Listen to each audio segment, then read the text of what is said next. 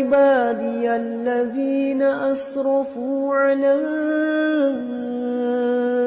أنفسهم لا تقنطوا من رحمة الله. بسم الله الرحمن الرحيم. السلام عليكم ورحمة الله وبركاته.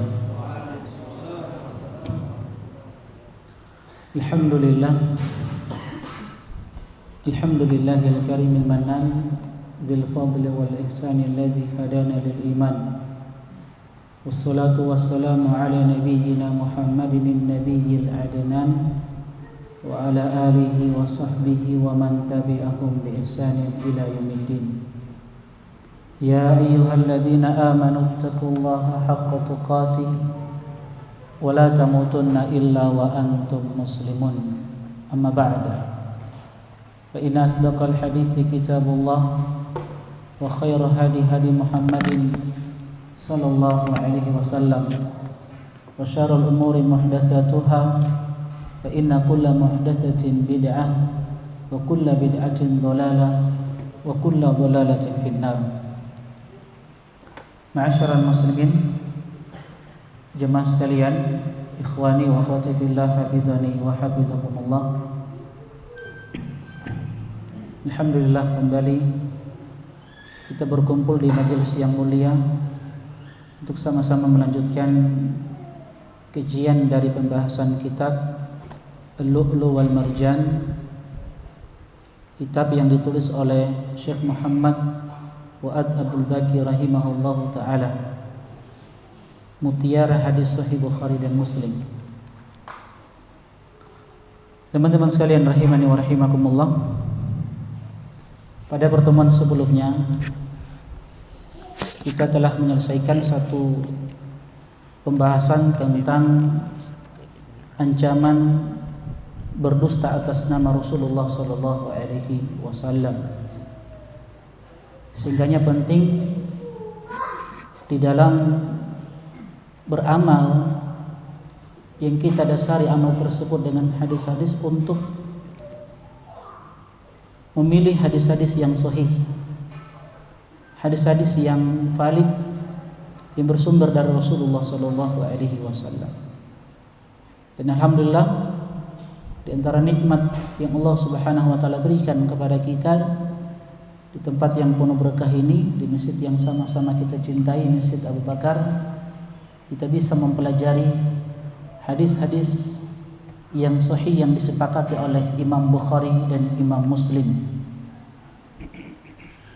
Dan pada pertemuan kita kali ini insyaallah kita akan masuk bab yang pertama tentang al-iman ma huwa wa bayanu fisalihi, tentang makna keimanan dan karakteristiknya.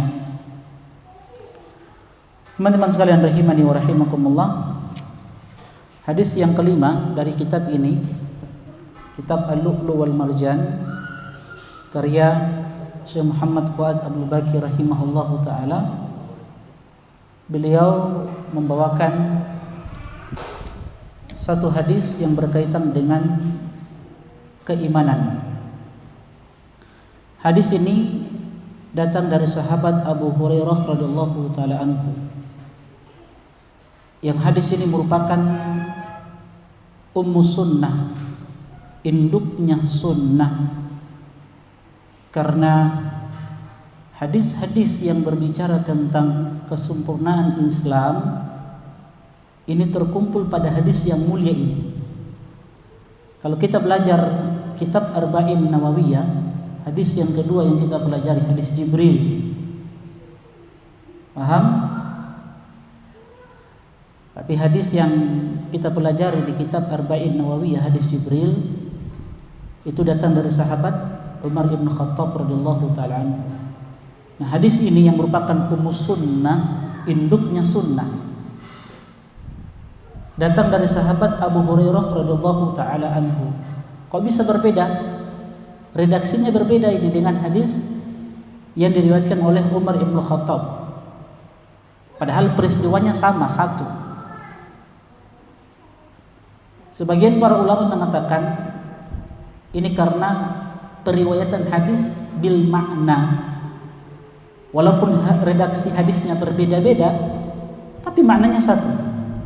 Berbicara tentang tingkatan agama kita, Islam, iman, dan ihsan. Teman-teman sekalian rahimani wa rahimakumullah. Hadis yang kelima, hadis Abi Hurairah radhiyallahu taala anhu qala. Hadis yang datang dari sahabat Abu Hurairah radhiyallahu taala anhu. Dan Abu Hurairah radhiyallahu taala anhu seorang sahabat yang telah kita sebutkan secara singkat biografi beliau pada pertemuan sebelumnya. Seorang sahabat yang banyak meriwayatkan hadis-hadis dari Rasulullah sallallahu alaihi wasallam. Nah, beliau radhiyallahu taala anhu berkata, qala kana an-nabiy sallallahu alaihi wasallam barizan yawman lin-nasi. Suatu hari ketika Nabi sallallahu alaihi wasallam tengah berkumpul bersama sahabat-sahabat beliau. Dan ini kebiasaan Nabi sallallahu alaihi wasallam, di mana Nabi sering berkumpul dengan para sahabat untuk memberikan wejangan, memberikan nasihat kepada sahabat-sahabat beliau, mentarbiyah, mendidik sahabat-sahabat, sehingga kita dapati bagaimana keimanan sahabat-sahabat Nabi sallallahu alaihi wasallam yang luar biasa. Kalau kita melihat bagaimana pengorbanan sahabat-sahabat Nabi di dalam mendakwakan Islam, harta, jiwa yang mereka korbankan untuk membela sunnah-sunnah Rasulullah sallallahu alaihi wasallam. Itu berkat apa? Tarbiyah Rasulullah sallallahu alaihi wasallam. Di mana? Di Masjid Nabawi. Dan ini merupakan ketawaduan Nabi sallallahu alaihi wasallam. Hadis ini menunjukkan kepada kita apa? Tawadhunya Rasulullah sallallahu alaihi wasallam, di mana beliau keluar untuk bertemu dengan sahabat-sahabat beliau. Dan harusnya ini yang kita miliki, sifat tawadhu. Kalau kita sebagai seorang pemimpin, sebagai seorang petinggi, sifat ini harus kita miliki, tawadhu. Kita mau berkumpul dengan orang-orang yang kita mungkin melihat mereka orang-orang bawahan. Lihat Nabi SAW sering berkumpul dengan sahabat-sahabat untuk sama-sama mereka belajar dengan Nabi SAW, menambah keimanan dan ketakwaan. Fa'atahu rajulun, ketika Nabi SAW berkumpul dengan sahabat-sahabat beliau, maka tiba-tiba datang seseorang yang tak dikenal. Kalau di dalam riwayatnya Umar ibn Khattab, orang ini datang dari perjalanan yang sangat jauh, memakai pakaian yang berwarna putih, yang rambutnya sangat hitam, la yura alaihi atharu safar, yang tidak terlihat dari orang tersebut tanda-tanda bahwa dia ini seorang musafir. Tiba-tiba dia datang, dan sahabat-sahabat ketika itu tidak ada yang mengenal orang tersebut. Bukan penduduk setempat, bukan juga musafir. Kalau musafir kelihatan apa? Bekas-bekas safar, apalagi zaman dahulu. Orang melakukan safar harus menempuh perjalanan yang sangat panjang. Jadi terlihat tanda-tanda safarnya. Berbeda mungkin dengan keadaan kita sekarang. Kalau mau safar ya, mungkin tidak terlihat tanda-tanda safarnya. Kita pakai pesawat full AC, enak. Dan ini nikmat yang harus kita syukur, di mana kita hidup di zaman yang dimudahkan segala sesuatu. Menuntut ilmu dimudahkan, safar dimudahkan. Alhamdulillah, ini nikmat yang perlu kita syukuri. Jadi sahabat-sahabat tidak mengenal orang ini. Jadi orang yang misterius. Siapa dia? Bukan penduduk setempat, bukan juga seorang musafir. Tiba-tiba muncul, datang di hadapan Rasulullah sallallahu alaihi wasallam. Ini juga menunjukkan kepada kita bahwa sahabat satu dengan yang lainnya itu saling mengenal. Buktinya apa? Orang ini datang dan semua sahabat tidak ada yang mengetahuinya. Berarti menunjukkan satu sahabat dengan sahabat-sahabat yang lain saling mengenal. Dan itulah yang ditanamkan oleh Nabi SAW kepada mereka.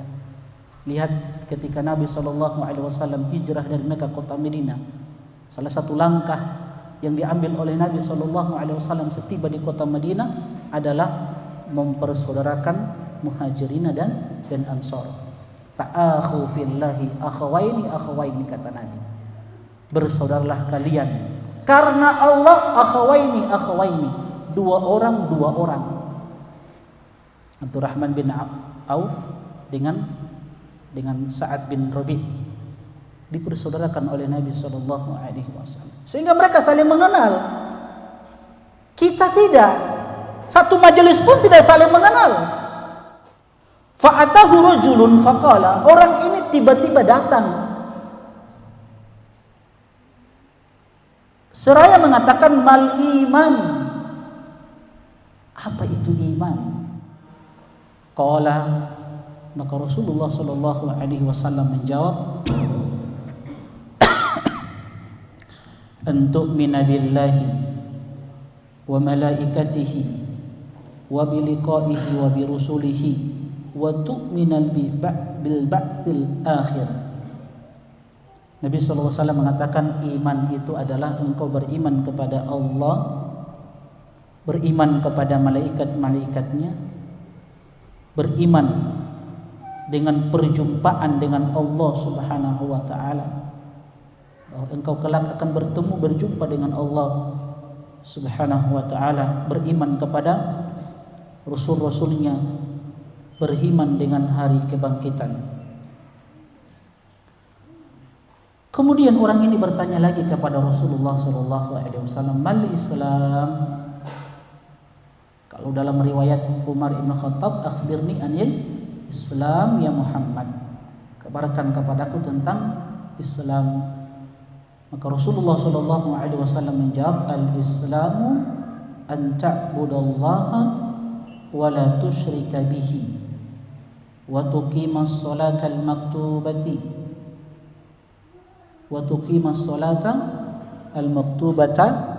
wa tuaddiya zakata al-mafruḍah wa tasuma Ramadan.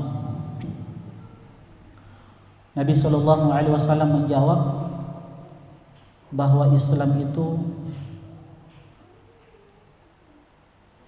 engkau beribadah kepada Allah Subhanahu wa taala dan tidak menyekutukan Allah Subhanahu wa taala dengan sesuatu apapun. Wa tuqimas sholatal maktubah, engkau tegakkan salat 5 waktu. Engkau tunaikan zakat, berpuasa di bulan Ramadan. Kemudian orang ini berkata lagi, mal ihsan.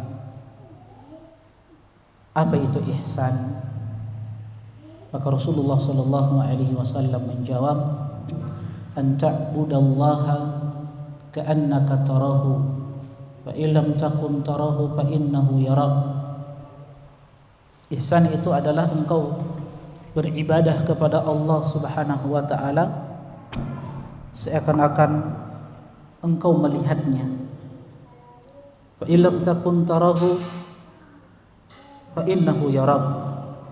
Kalau engkau tidak bisa melihat Allah Subhanahu wa taala, maka ketahuilah dia Allah Subhanahu wa taala yang melihat dirimu. Kemudian orang ini bertanya lagi kepada Rasulullah SAW, mata sa'ah, kapan terjadinya hari kiamat? Rasulullah SAW menjawab, mal mas'ulu anha bi'a'lama minas sa'il. Yang ditanya tidak lebih tahu daripada yang bertanya. Dua-dua tidak tahu tentang perkara terjadinya hari kiamat. Wa sa'ukhbiruka an asyratiha. Tapi Rasulullah SAW mengatakan, aku akan kabarkan kepadamu tentang tanda-tandanya. Apa tanda-tanda tersebut?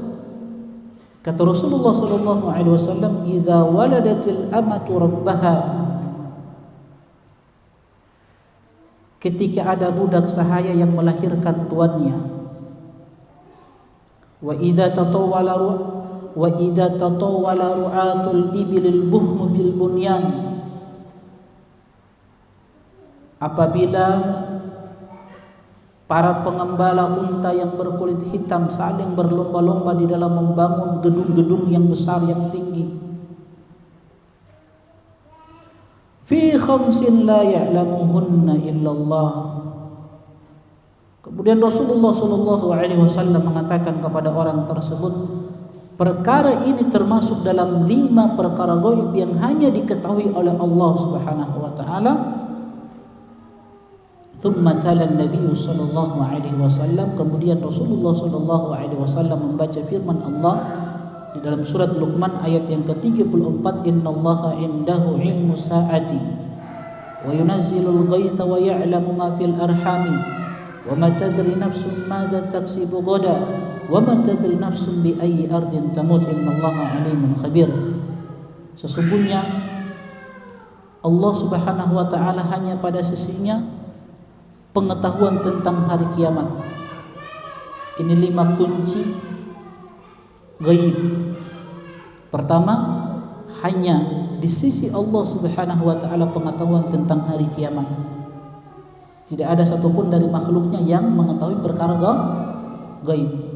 Sampai Rasulullah sallallahu alaihi wasallam pun tidak tahu perkara gaib. Perkara hari kiamat.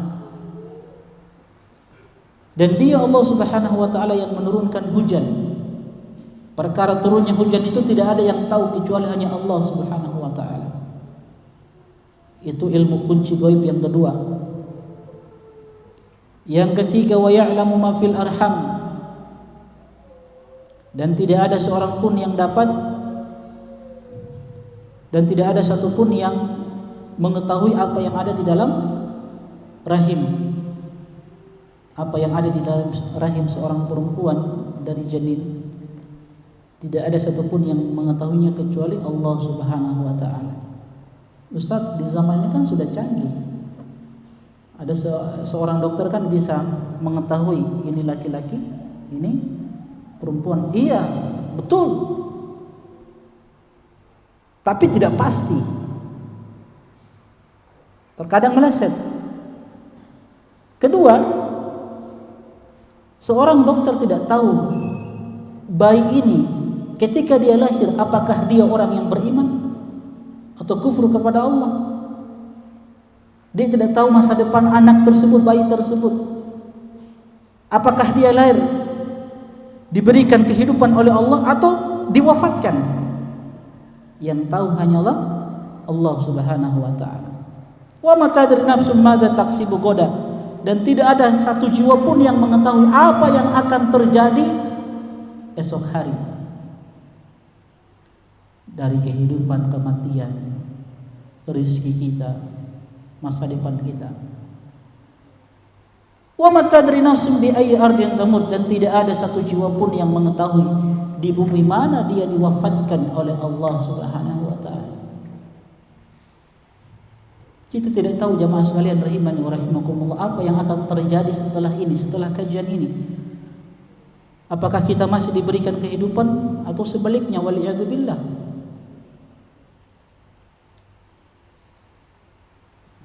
Ada perkara-perkara yang terjadi kepada kita. Sehingganya seorang mukmin, mukminah tidak boleh menunda-nunda sebuah amalan. Seorang mukmin itu dan mukminah bersegera di dalam melakukan kebaikan. Jangan menunda-nunda tobatnya. Jangan nanti besok jom menghadiri majelis ilmu. Kita tidak tahu apa yang terjadi esok.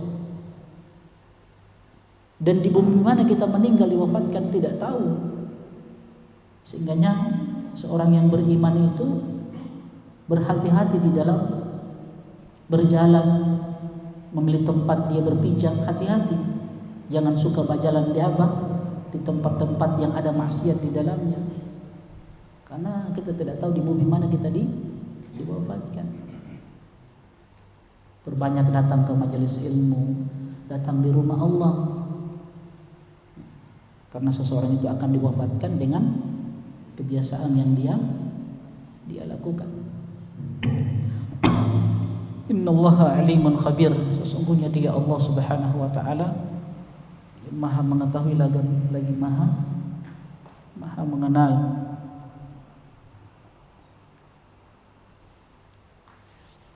Kemudian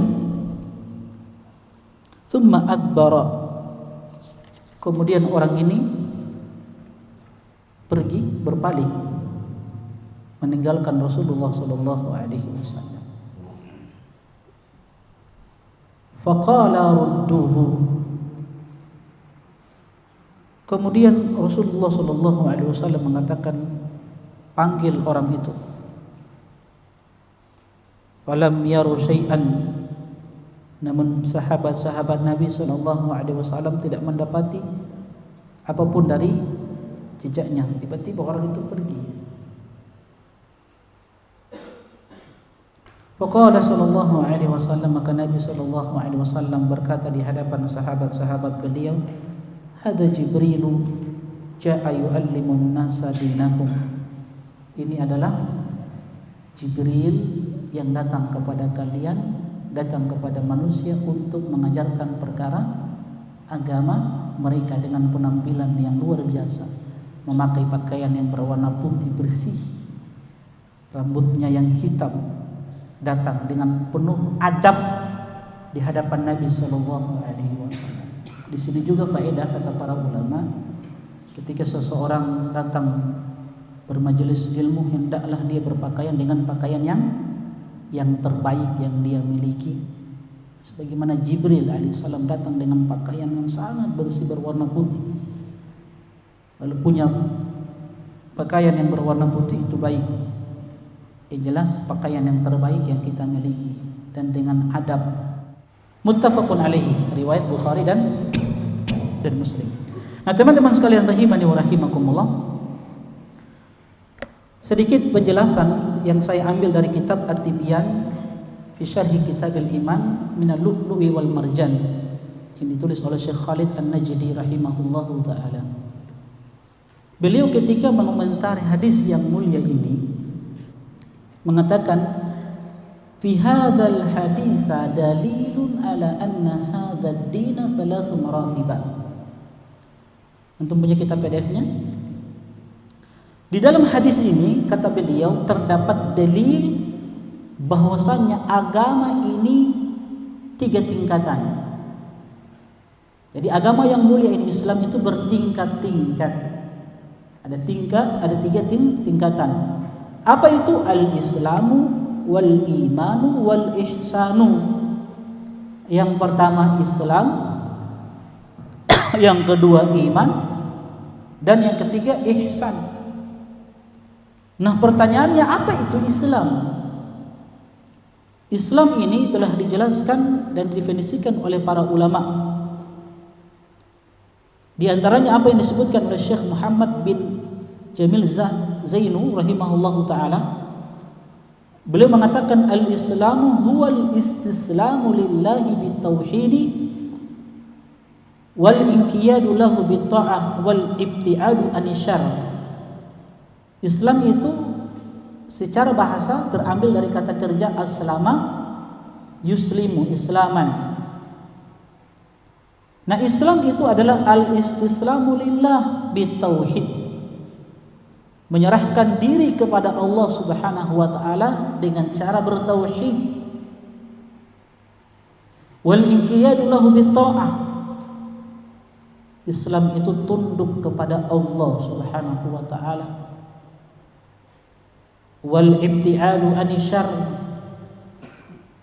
dan Islam itu meninggalkan serta menjauhi semua keburukan-keburukan, kejelekan yang bisa membinasakan seorang hamba. Adapun Syekh Muhammad bin Abdul Wahhab rahimahullahu taala ketika mendefinisikan tentang Islam, beliau mengatakan al-istislamu lillahi bitauhid wal inqiyadu lahu bitta'ah wal bara'atu minasyirki wa ahli.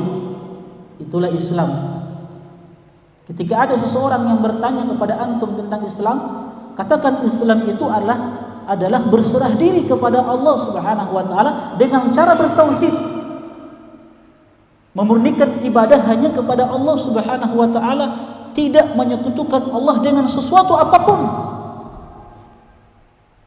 Wal inqiyadu lahu bitta'ah, serta tunduk kepada Allah dengan mengerjakan semua bentuk-bentuk ketaatan, amalan-amalan soleh yang diajarkan oleh Rasulullah sallallahu alaihi wasallam, wal bara'atu minasyirki wa ahlihi, serta berlepas diri dari kesyirikan dan pelakunya.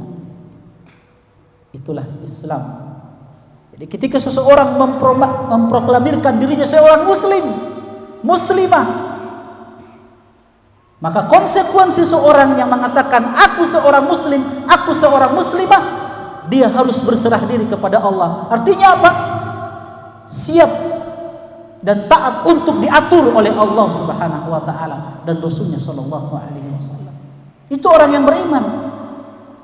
Itu seorang muslim dan muslimah. Karena berserah diri kepada Allah, tunduk kepadanya, maka muslim itu siap diatur oleh Allah Subhanahu wa taala. Amanar rasulu bima unzila ilaihi mir rabbih wal mu'minun. Rasul telah beriman terhadap apa yang diturunkan kepadanya, wal mu'minun, dan orang-orang yang beriman. Kullun amana billahi wa malaikatihi wa kutubihi wa rusulihi la nufarriqu baina ahadin min rusuli wa qalu sami'na wa ata'na. Orang-orang beriman pun mereka mengatakan kami beriman kepada Allah, malaikatnya, kitab-kitabnya, rasul-rasulnya. La nufarriqu baina ahadin min rusuli, kami tidak membedakan antara satu rasul dengan rasul-rasul yang lainnya. Wa qalu sami'na wa ata'na. Ucapan mereka apa? Kami dengar dan kami taati. Itulah muslim. Siap diatur, siap mengerjakan apa yang Allah Subhanahu wa taala perintahkan kepadanya. Innama kana qaulal mu'minina idza du'u ila Allahi wa rasulihi liyahkuma bainahum an yaqulu sami'na wa ata'na wa ulaika humul muflihun. Ucapan orang-orang yang beriman itu ketika diajak kepada Allah untuk kembali kepada Allah dan Rasulnya sallallahu alaihi wasallam sebagai hakim pemutus dari perkara yang mereka perselisihkan, mereka mengatakan apa? Sami'na wa ata'na. Kami dengar dan kami taati. Wa ulaika humul muflihun. Maka merekalah orang-orang yang beruntung. Soalan itu jemaah sekalian, teman-teman ikhwani wa akhwati billah, hafizuni wa hafizakumullah. Jadi Islam adalah berserah diri kepada Allah Subhanahu wa taala dengan cara mengesahkan Allah Subhanahu wa taala, tunduk dan patuh terhadap aturan-aturan Allah Subhanahu wa taala, serta meninggalkan semua perkara-perkara yang bisa menghancurkan keimanan seorang hamba kepada Allah Subhanahu wa taala. Kemudian yang kedua, al-iman, tingkatan yang kedua adalah iman. Nah, apa itu iman? Iman definisinya adalah al-i'tiqadu bil qalbi wa nutqu bil lisani wal amalu bil jawari wal arkan. Definisi iman menurut Ahlus Sunnah wal Jamaah adalah i'tiqad bil qalbi, keyakinan di dalam hati, qaulun bil lisan, diucapkan dengan lisan. Maksudnya apa? Diucapkan dengan lisan, yaitu mengucapkan syahadataini. Wal amalu bil jawarih wal arkan, serta amalan dengan anggota badan. Inilah definisi iman menurut Ahlus Sunnah wal Jamaah. Sekali lagi, keyakinan di dalam hati. Kedua, ucapkan dengan lisan. Ketiga, diaplikasikan dengan anggota badannya. Allah Subhanahu wa taala ketika berbicara tentang orang-orang Badui yang berkata di hadapan Rasulullah sallallahu alaihi wasallam, qalatil a'rabu amanna. Di dalam surat Al-Hujurat ayat yang ke-14, mereka mengatakan, amanna, kami telah beriman. Qul lam tu'minu. Kemudian Allah Jalla wa Ala mengatakan kepada Nabi-Nya Muhammad sallallahu alaihi wasallam, katakanlah lam tu'minu, kalian belum beriman. Walakin qulu aslamna, tapi katakanlah kami telah berislam. Walamma yadkhulul imanu fi qulubikum, karena iman itu belum masuk ke dalam hati-hati kalian. Lantas apa perbedaan dari Islam dan iman itu? Di sini disebutkan anna Nabi sallallahu alaihi wasallam fassara al-Islam bil a'mali dhahira bi ibadatillah wa adamil isyraki bihi wa huwa muqtadu syahadataini wa iqamis shalah wa ita'iz zakah wa shaumi ramadan. Nabi sallallahu alaihi wasallam telah menjelaskan tentang Islam itu. Islam itu adalah amalan-amalan zahir, amalan-amalan yang nampak. Dari apa? Salat yang kita tegakkan, menunaikan zakat, berpuasa di bulan Ramadan, apalagi melaksanakan ibadah haji. Dan yang terpenting yang pertama ini, beribadah kepada Allah Subhanahu wa taala tanpa menyekutukan Allah dengan sesuatu apapun. Wa huwa muqtada syahadataini. Dan ini konsekuensi dari seseorang mengucapkan asyhadu an la ilaha illallah wa asyhadu anna Muhammadan Rasulullah.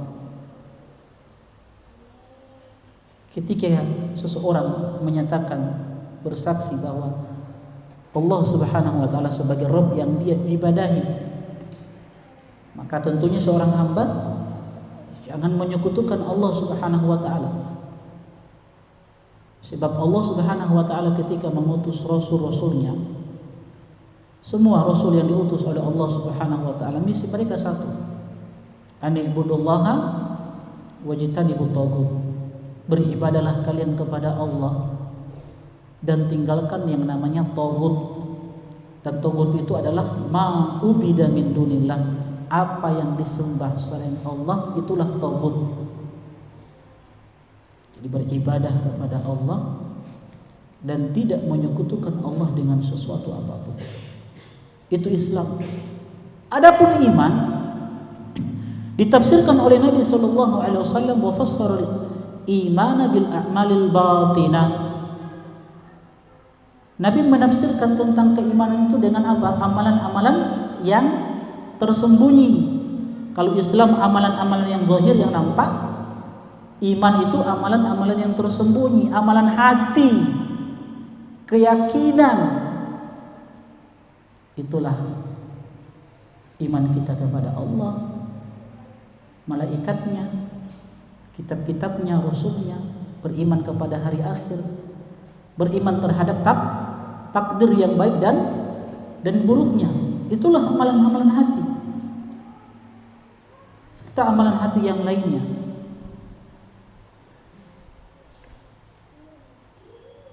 Adapun ihsan, tingkatan yang ketiga, ihsan. Ihsan itu adalah kualitas kondisi seorang hamba di dalam mengaplikasikan Islam dan iman dengan baik. Itulah ihsan.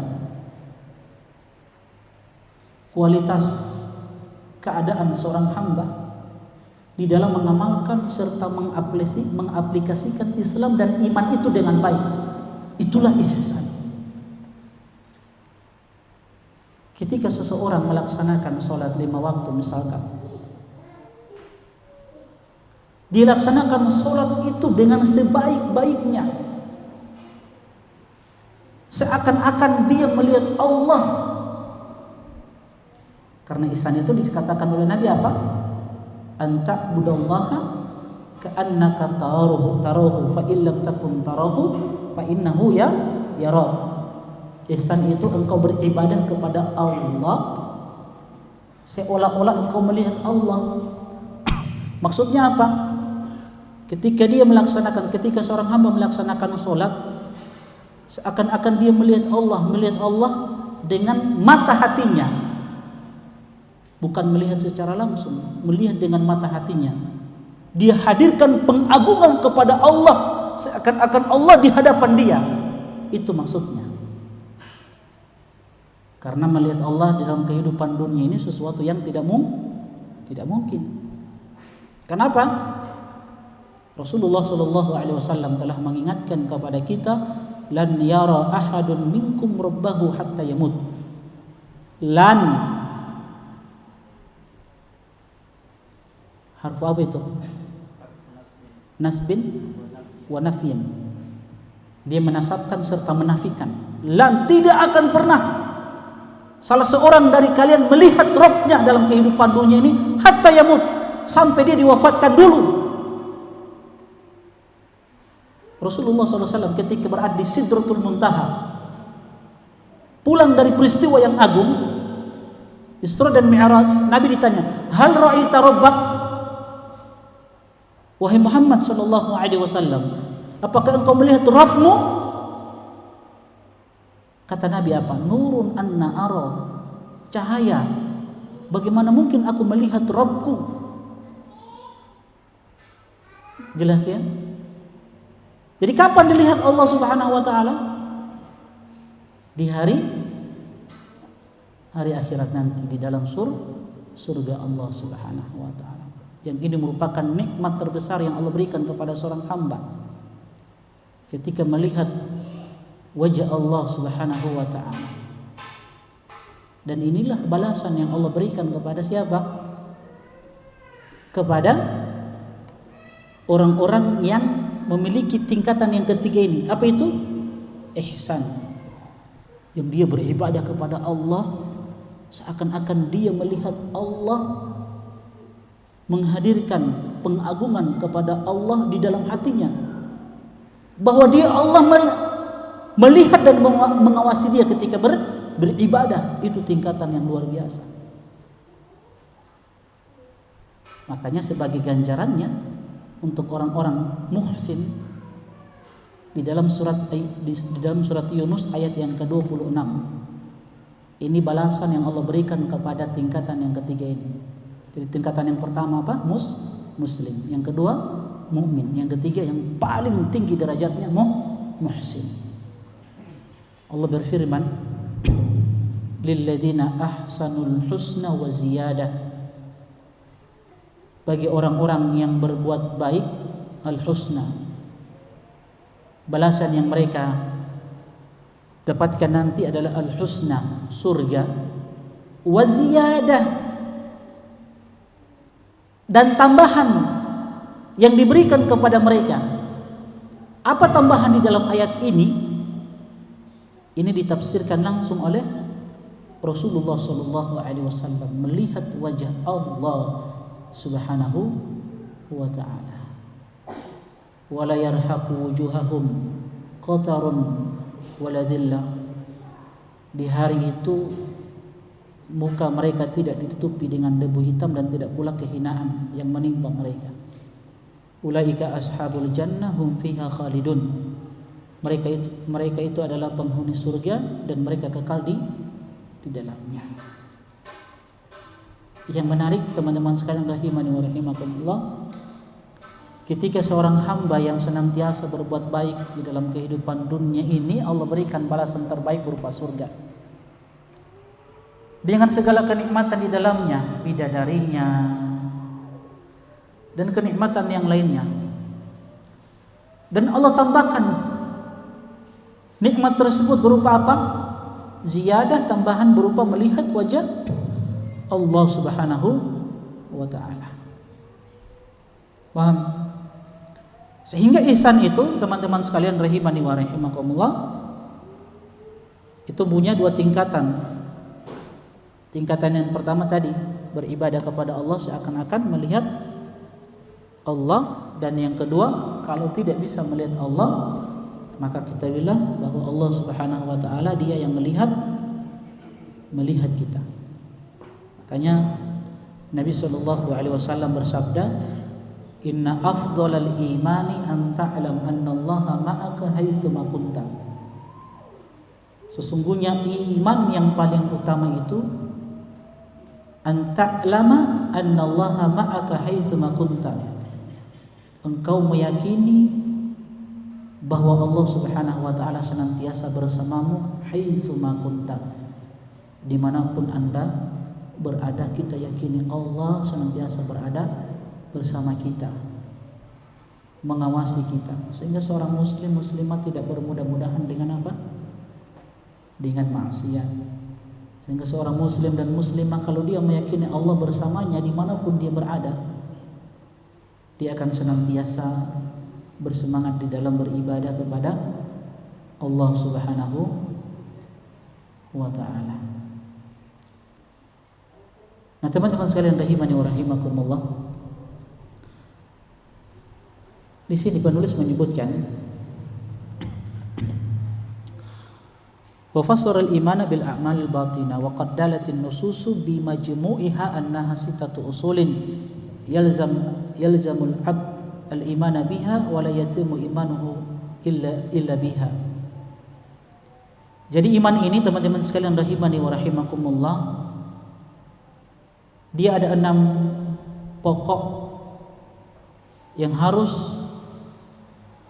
seorang hamba beriman terhadapnya, dan tidak akan sempurna keimanan seorang hamba kecuali dengannya. Apa itu? Al-imani billah wal malaikati wal kutubi wal rusuli wal yaumil akhir wal qadari khairihi wa syarrihi. Allah Subhanahu wa ta'ala berfirman, walakinnal birra man amana billahi wal yaumil akhir wal malaikati wal kitabi wan nabiyyin. Akan tetapi kebaikan itu, kata Allah, engkau beriman kepadanya, kepada Allah, beriman kepada hari akhir, beriman kepada malaikatnya, kitabnya, dan nabinya, rasul-rasulnya. Ada berapa yang disebutkan di sini? Hah? Ada yang 6 ini? 5. Beriman kepada Allah, hari akhir, malaikat, kitabnya, rasulnya. Mana yang satu? Takdir. Kenapa tidak disebutkan dalam ayat ini? Nah, kata para ulama, karena keimanan terhadap takdir itu sudah include, sudah masuk pada apa? Keimanan kepada Allah Subhanahu wa ta'ala. Sehingga dalam ayat ini tidak disebutkan apa? Keimanan terhadap takdir Allah Subhanahu wa ta'ala. Sudah masuk pada keimanan yang pertama, keimanan kepada Allah Subhanahu wa ta'ala. Wa qala ta'ala inna kulla syai'in khalaqnahu biqadar. Segala sesuatu kami ciptakan dengan kadarnya, dengan takdirnya. Sehingga teman-teman sekalian rahimani wa rahimakumullah, di sini kata penulis, wa qad ajma'a ahlu sunnati ala dzalika faman ankara syai'an minha aw syakka fihi faqad kafar. Ahlu sunnah wal jamaah telah sepakat terhadap perkara ini, pokok-pokok iman itu, yang 6 ini. Siapa yang mengingkari satu saja darinya, atau dia ragu padanya, faqad kafar, sungguh dia telah murtad, keluar dari Islam. Nah, oleh karena itu,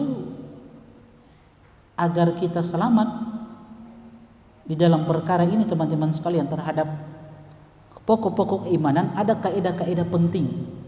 Karena kalau kita berbicara tentang keimanan, ini panjang lebar ya.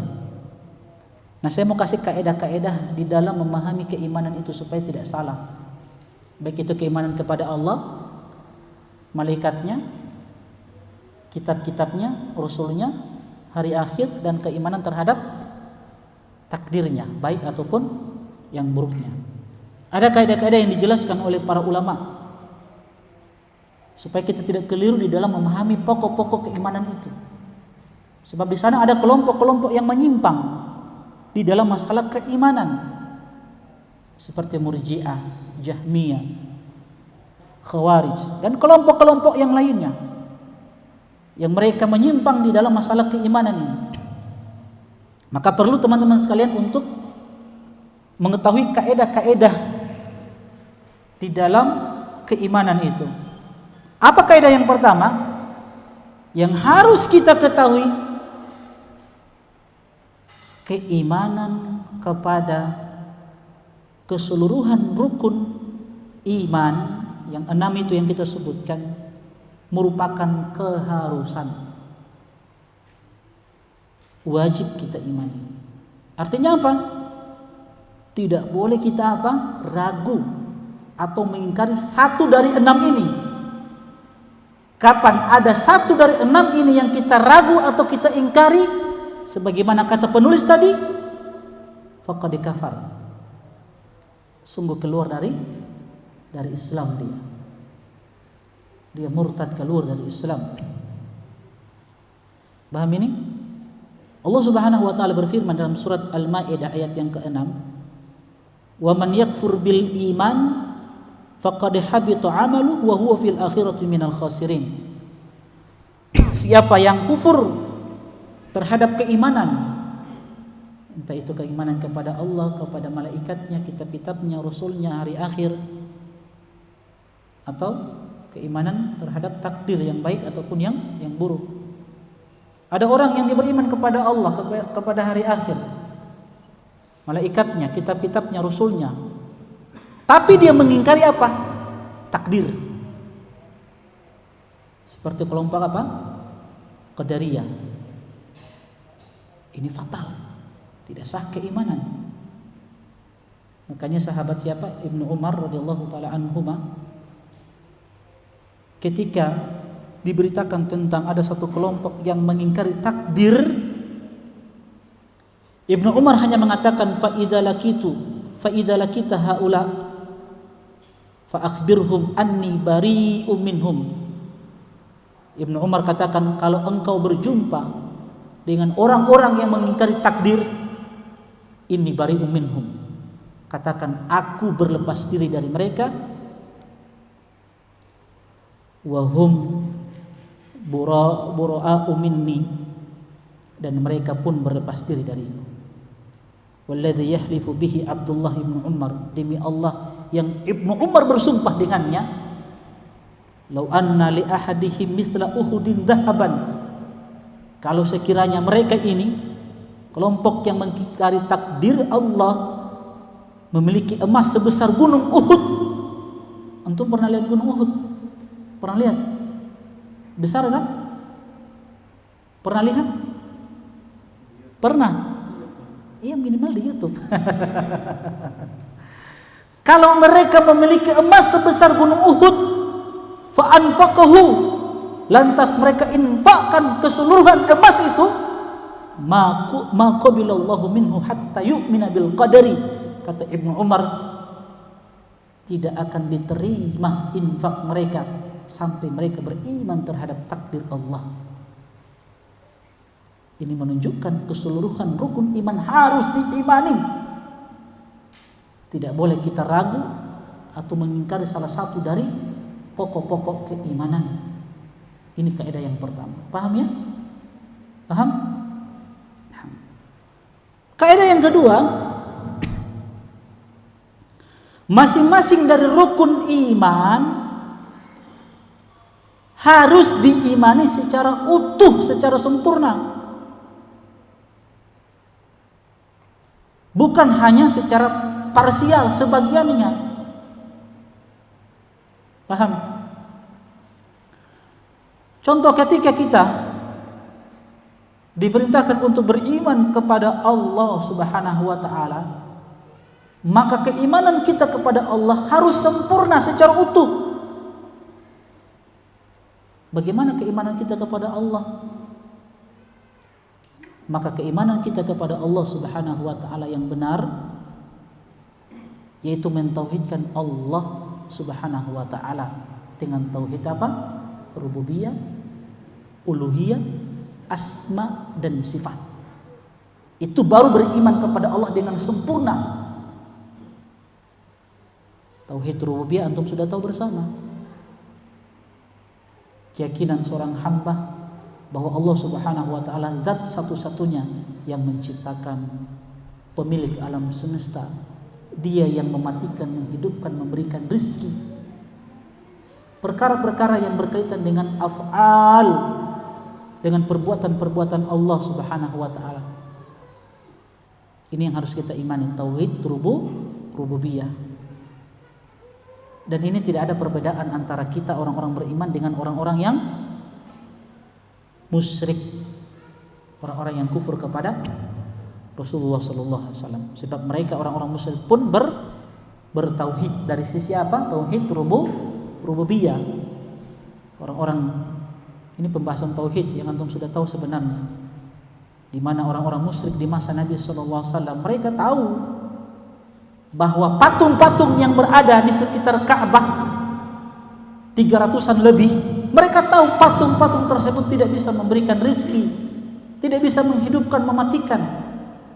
Mereka tahu itu tidak bisa memberikan manfaat, tidak bisa memberikan mudarat. Orang-orang musyrik tahu itu. Lantas kenapa mereka mendatangi patung-patung itu? Ma na'buduhum illa liyuqarribuna ilallahi zulfa. Kami datangi patung-patung tersebut sebagai perantara, sebagai wasilah untuk menyampaikan hajat kami kepada Allah. Mereka jadikan apa? Wasilah, perantara. Mereka tahu patung-patung itu tidak bisa memberikan manfaat, tapi mereka jadikan patung-patung itu sebagai wasilah untuk menyampaikan hajat mereka kepada Allah. Karena mereka merasa berdosa, banyak pelanggaran-pelanggaran yang mereka lakukan. Berbeda dengan keadaan sekarang. Mereka datangi kuburan-kuburan, tempat-tempat yang dikeramatkan. Mereka datangi pepohonan, bebatuan dengan keyakinan bisa mendatangkan manfaat, menolak mudarat. Waliyadzubillah. Lebih parah tulis kesyirikannya daripada kesyirikan di masa Rasulullah sallallahu alaihi wasallam. Tauhid uluhiyah, keimanan seorang hamba bahwa Allah zat satu-satunya yang berhak untuk diberikan ibadah. Semua bentuk ibadah yang nampak ataupun yang tersembunyi hanya diberikan kepada Allah. Itu tauhid uluhiyah. Dan itulah yang dipelajari di dalam buku-buku akidah kitab tauhid khususnya. Dan yang ketiga, tauhid asma wa sifat. Mengenal nama-nama Allah serta sifat-sifat Allah yang sempurna, yang mulia. Paham yang kedua ini? Ada yang kedua? Bahwa rukun-rukun iman ini harus diimani dengan apa? Sempurna. Paham yang kedua ini ya? Tidak secara parsial. Begitu juga ketika beriman kepada kitab-kitab Allah. Jadi harus mencakup semua kitab-kitab Allah yang diturunkan. Yang kita harus imani itu. Semua kitab yang diturunkan harus kita imani datangnya dari Allah Subhanahu wa taala.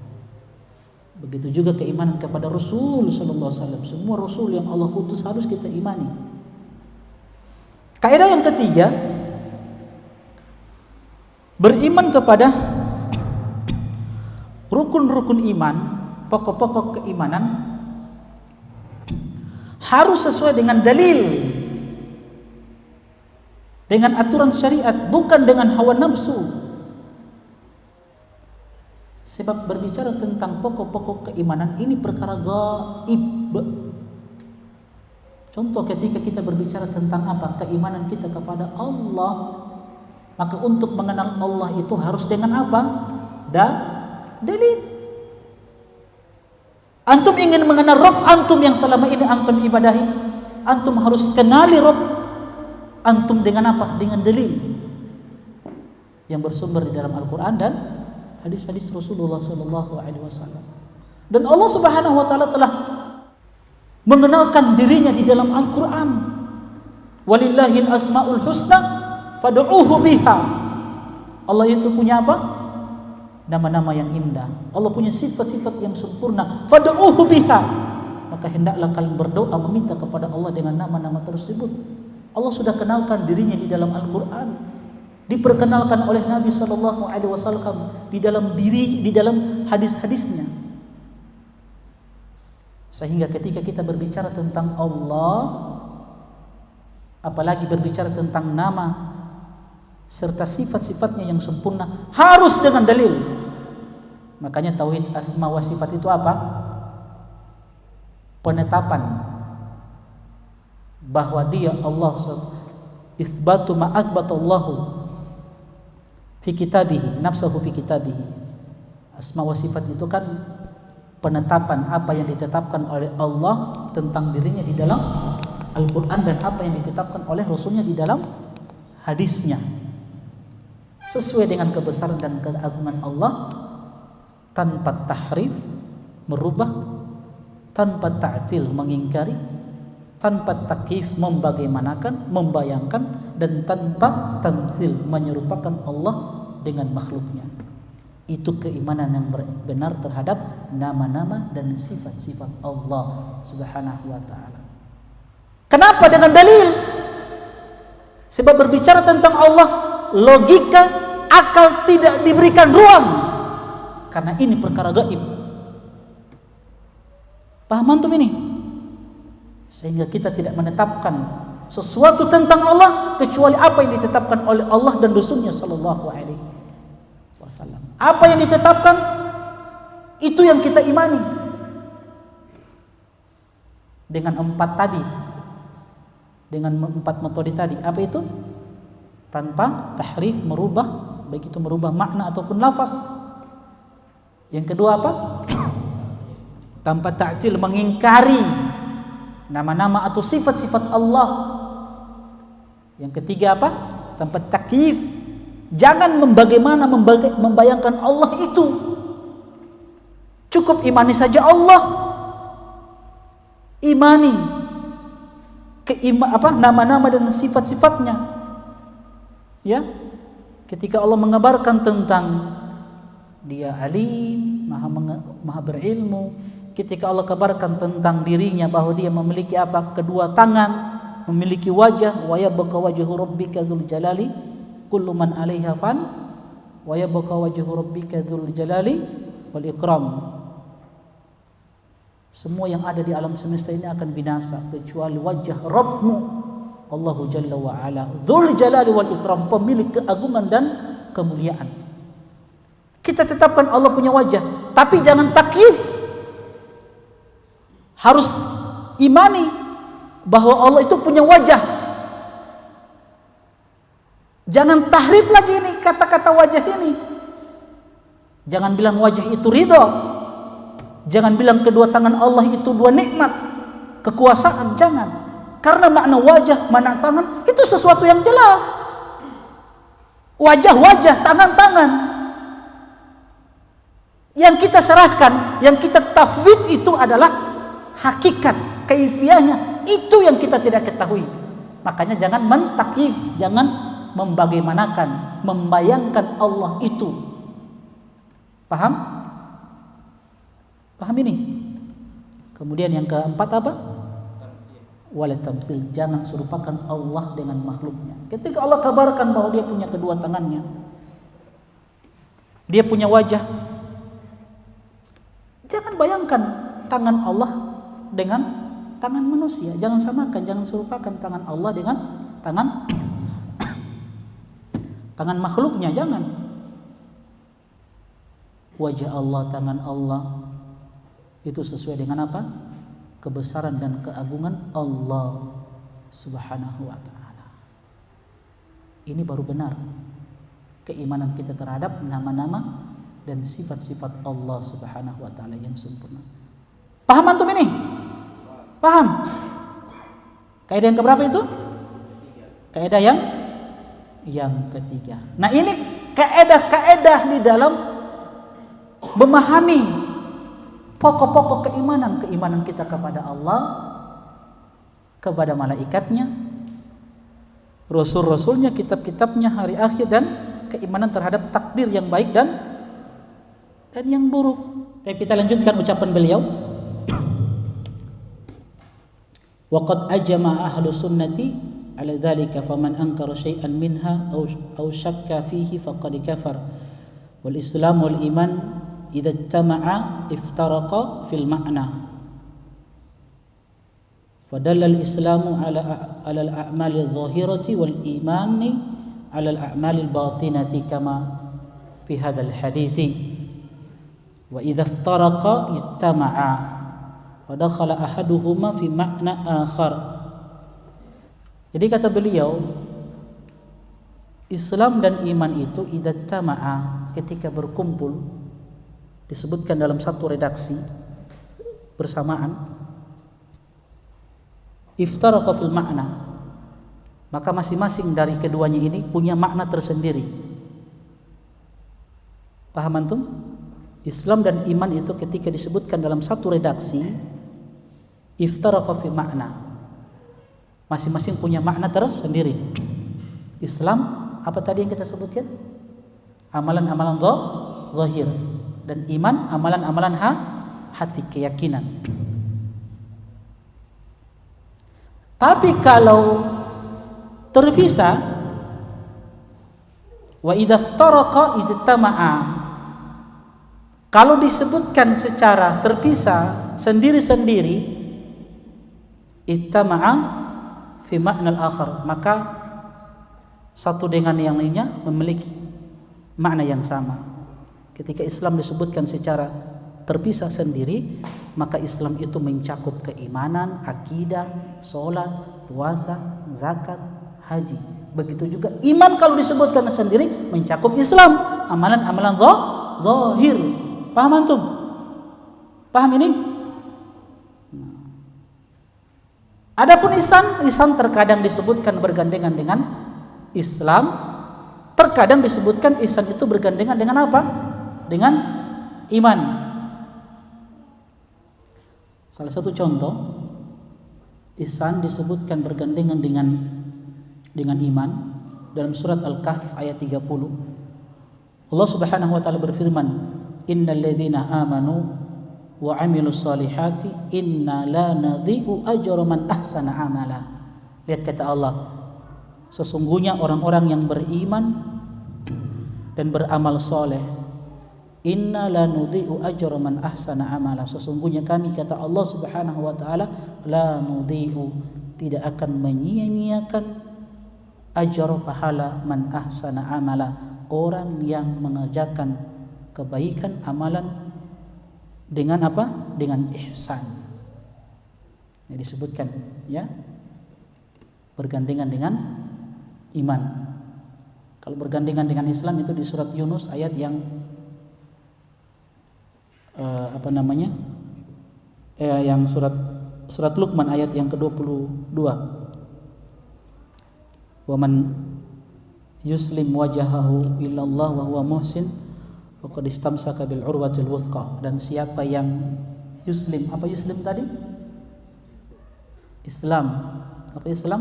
Berserah diri kepada Allah Subhanahu wa taala, yang menyerahkan dirinya kepada Allah Subhanahu wa taala, wa huwa muhsin, dalam keadaan ihsan, muhsin. Faqad istamsaka bil urwatil wuthqa, sungguh dia telah berpegang kepada tali yang sangat kokoh. Di sini penulis mengatakan wa kullu mu'min muslim wa laysa kullu muslim mu'min. Jadi bisa kita katakan setiap orang yang beriman itu muslim, tapi tidak setiap muslim mukmin. Kalau orang yang beriman itu pasti dia muslim, tapi tidak setiap muslim mukmin. Wa minan nasi may yaqulu amanna billahi wal yawmil akhir wa ma hum bimumin. Sebagian orang berkata kami beriman kepada Allah, wa ma hum bimumin, tapi mereka tidak beriman. Siapa mereka? Munafik. muslim hanya menampakkan amalan-amalan zahir. Salat mereka sebagaimana sahabat-sahabat salat, berpuasa mereka, tapi di dalam hati mereka benci dengan Islam. Tapi kalau dia mukmin pasti muslim. Apalagi kalau muhsin, ini tingkatan yang luar biasa. Seakan-akan dia beribadah kepada Allah, seolah-olah dia melihat Allah di dalam beribadah kepadanya. Makanya kondisi yang terbaik seorang hamba itu ketika menjadi muhsin ini, karena dia aplikasikan Islam dan iman itu. Jadi muhsin itu orang yang mengaplikasikan, yang menerapkan Islam dan iman dengan baik. Itulah muhsin, dengan janji yang Allah Subhanahu wa taala berikan kepada mereka. Wal imanu inda ahli sunnati wal jamaati lahu thalathatu arkanin la yasihu min al abdi illa bitawaffuriha jami'an, qaulun bil lisani wa i'tiqadun bil janani wa amalun bil jawari wa huwa al haqqu alladhi dalat alaihi al adillatu syar'iyyatu wal atharu salafiyatu. Jadi keimanan menurut ahlu sunnah wal jamaah lahu thalathu arkan, dia punya 3 rukun yang tidak akan sah keimanan seorang hamba kecuali dengan 3 rukun ini, harus terpenuhi ini. Apa itu tadi yang kita sebutkan ketika mendefinisikan iman menurut ahlu sunnah? Apa itu? Di sini disebutkan qaulun bil lisan, diucapkan dengan lisan, mengucapkan syahadataini, wa i'tiqadun bil janan, keyakinan di dalam hati, wa amalun bil jawari, supaya kita tidak menyimpang. Karena penulis mengatakan wa dhalla fi hadzal babi al-jahmiyah wal asy'ariyah wal maturidiyah wal karumiyah wal murji'ah wal khawarij, fa minhum man qasara al-imana 'ala al-ma'rifah wa minhum man qasarahu 'ala tasdiqil qalbi wa minhum man qasarahu 'ala qawli lisani wa minhum man qasarahu 'ala tasdiqil qalbi wa qawli lisani wa kullu dhalika batilun mukhalifun lin nususi wa madhhab a'immatus sunnah.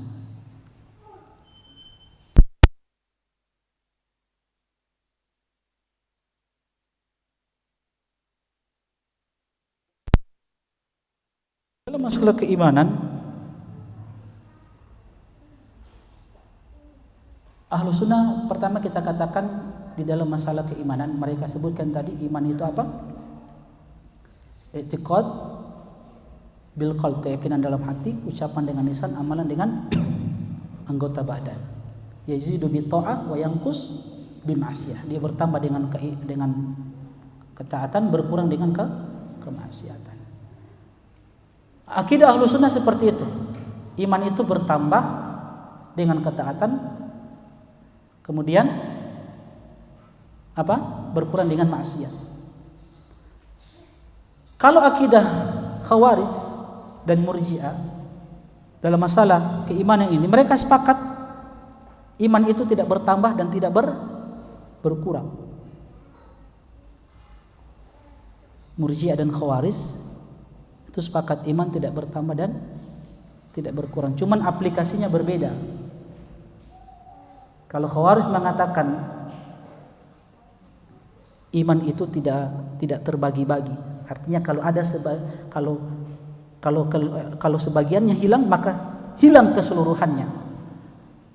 Makanya mereka mengkafirkan pelaku dosa besar. Paham antum?